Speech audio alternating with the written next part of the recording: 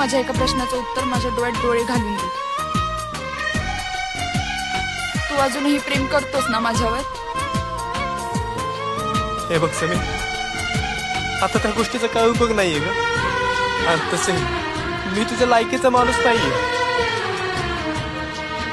हे बघ बाळू, मी ज्या पद्धतीने तुझ्यासोबत वागले, चुकले मी. मनापासून माफी मागते तुझी. मला आत्ता कळतंय रे, तुझं किती प्रेम होतं माझ्यावर. मला काय होतंय ना, मला खरंच कळत नाहीये रे.